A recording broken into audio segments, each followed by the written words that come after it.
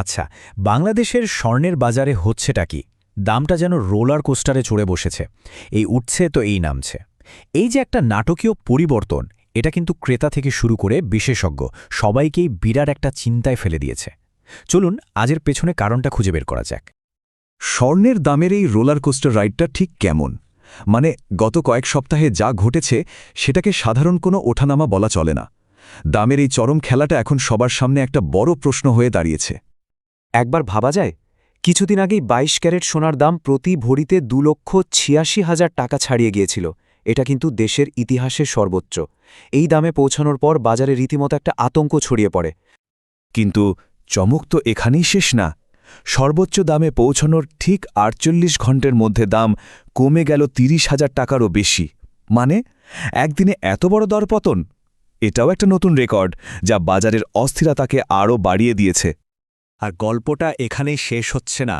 এই বিশাল দরপতনের ধাক্কাটা সামলে ওঠার আগেই মাত্র কয়েক ঘন্টার ব্যবধানে বাজুস আবার দাম প্রায় ৪,০০০ টাকা বাড়িয়ে দেয়। এক সপ্তাহের মধ্যে এতবার দামের রদবদল, এটা আসলেই আগে কখনো দেখা যায়নি।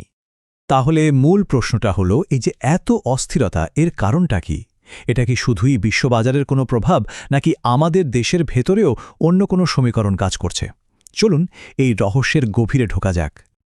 এই সব কিছুর মধ্যেই কিন্তু একটা আলোচনা সবার মুখে মুখে ঘুরছে। সোনার দাম বাড়তে বাড়তে এমন এক জায়গায় চলে গেছে যে এখন একটাই প্রশ্ন সবার মনে উকি দিচ্ছে: প্রতি ভরি সোনার দাম কি আসলেই ৩ লাখ টাকা ছাড়িয়ে যাবে? রেকর্ড ভাঙা দামের কারণে এই প্রশ্নটা এখন আর কোনো সাধারণ প্রশ্ন নয়। বিশেষজ্ঞরা তো বলছেন, এখনকার বিশ্ব পরিস্থিতি দেখলে এটাকে আর অবাস্তব কল্পনা বলে মনে হচ্ছে না। দাম বাড়ার গতিটা একবার দেখুন। মাত্র ১৮ মাসের ব্যবধানে প্রতি ভরির দাম দ্বিগুণেরও বেশি হয়ে গেছে। মানে আগস্ট ২০২৪-এ যেটা ছিল প্রায় ১,২০,০০০ টাকা, সেটা জানুয়ারি ২০২৬-এ এসে ২,৮০,০০০ ছাড়িয়ে যায়। তো এই গতিতে ছড়লে ৩ লাখের মাইল ফলক আর কতটুকুই বা দূরে?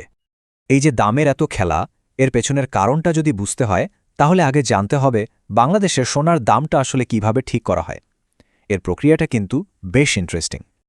আচ্ছা, প্রথমেই একটা ব্যাপার পরিষ্কার করে নিই, আমরা যে সারাক্ষণ ভরি ভরি বলি সেটা আসলে কি? বাংলাদেশে সোনা মাপা হয় এই এককে, যা ১১.৬৬৪ গ্রামের সমান। স্থানীয় বাজারে কিন্তু সব হিসাব নিকাশ এই ভরির উপরেই চলে। দেখুন, স্থানীয় দাম ঠিক করার প্রক্রিয়াটা কিন্তু বেশ কয়েকটা ধাপের। প্রথমে বিশ্ববাজারে ১ আউন্স সোনার যে ডলারের দাম, সেটাকে টাকায় কনভার্ট করা হয়। এরপর তার সাথে যোগ হয় ভ্যাট, আমদানি শুল্কসহ আরও অনেক কিছু।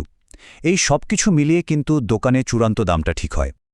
পার্থক্যটা একবার খেয়াল করুন।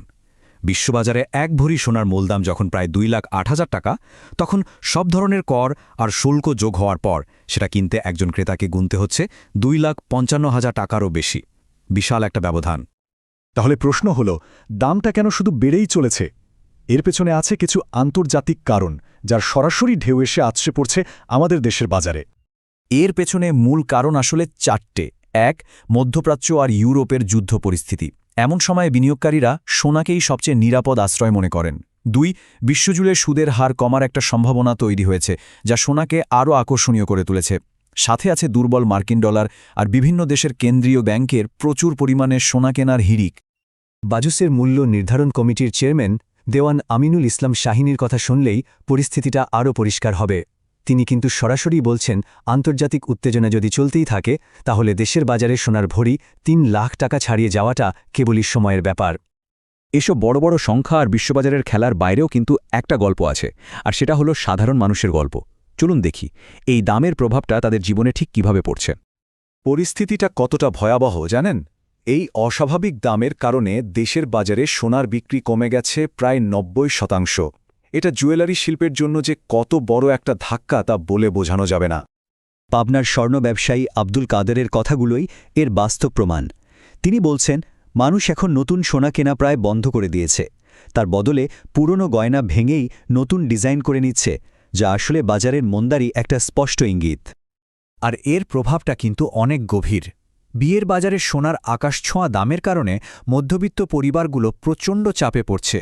উপহার হিসাবে সোনার গয়না দেওয়ার ঐতিহ্যটাও কেমন যেন ফিকে হয়ে আসছে। আর সবচেয়ে বেশি বিপদে পড়েছেন সেই সব ছোট ব্যবসায়ী আর কারিগররা, যাদের জীবনজীবিকা পুরোপুরি এই শিল্পের ওপরই নির্ভরশীল। চলুন এবার ছবিটাকে আরেকটু বড় করে দেখি।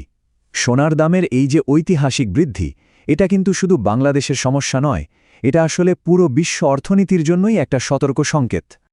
বাজার বিশ্লেষকরা প্রায় বলেন, যখনই সোনার দাম এভাবে হু হু করে বাড়তে থাকে তখন বুঝতে হবে যে বিশ্বজুড়ে অর্থনীতি আর রাজনীতিতে বড় কোনো ঝুঁকি তৈরি হয়েছে।